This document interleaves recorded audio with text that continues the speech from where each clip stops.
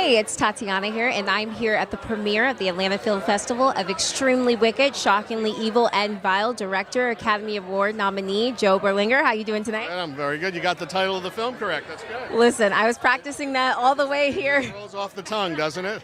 Yes, it does.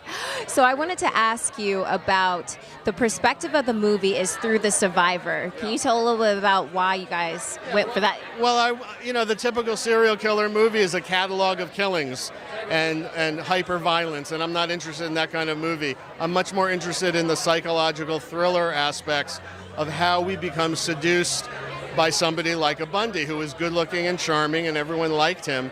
And the lessons of Bundy can't be overstated, which is, and I've learned this in doing crime for 25 years as a documentarian, the people who do worst in life, the people who do the most evil, are often the people we least expect and the people we often most trust. You know, whether it's a priest who commits pedophilia and then holds mass the next day, or Michael Jackson, who was so beloved nobody could believe that there were these problems that he had with, children.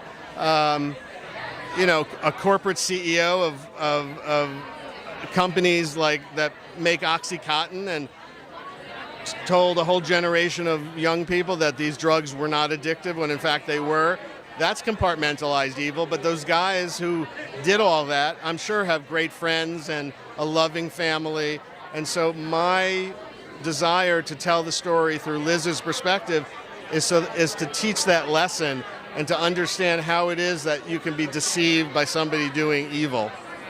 And your film stars two powerhouses, Zac Efron and Lily Collins. What was it like working with them? Amazing. I was very blessed that every cast member in the movie were my first choices, and they all said yes, which for a low-budget movie for a first-time filmmaker, I mean, I've done documentaries, of course, but for them all to say yes was great. And Zac and Lily in particular worked really hard.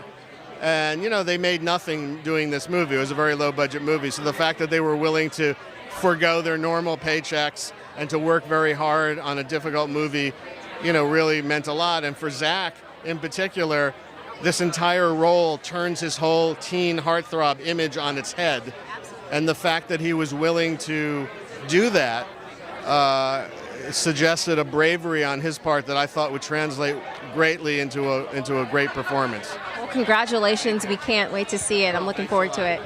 Hey, it's your girl Tatyana, and I'm here at the closing night of the Atlanta Film Festival, and I'm here with co-writer and director Dan Madison Savage of Them That Follow. How are you doing tonight? I'm doing great, thank you. So I want to know all about the inspiration behind the film.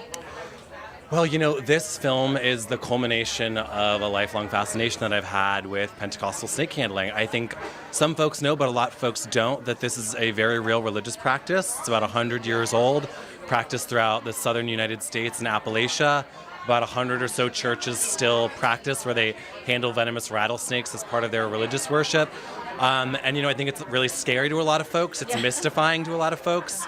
And for me, I really wanted to get to know them, and I wanted to get to know why these folks, are in church on Saturday and Sunday, and why they pick up these snakes. Because it can be a hard question to answer, but, ultimately, this is really a film about faith, and it's a film about family and what happens when those two come into conflict.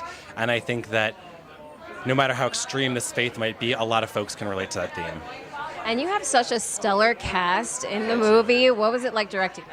I mean, they made my life very easy.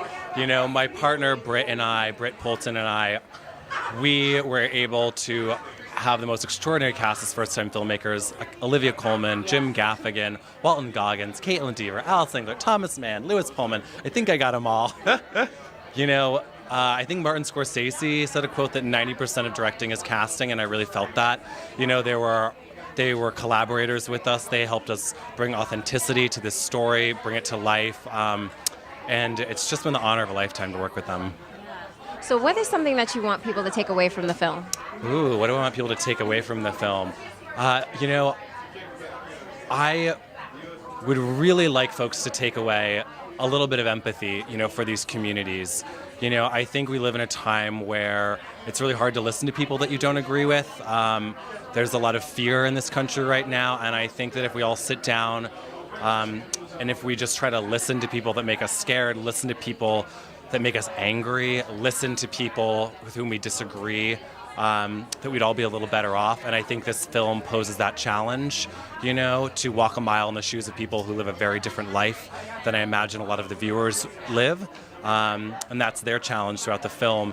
And I think it was our challenge as filmmakers, you know, to try to feel a connection to this community when it's in crisis. Beautifully said. And that was Dan Madison Savage. Thank you so much. Thank you.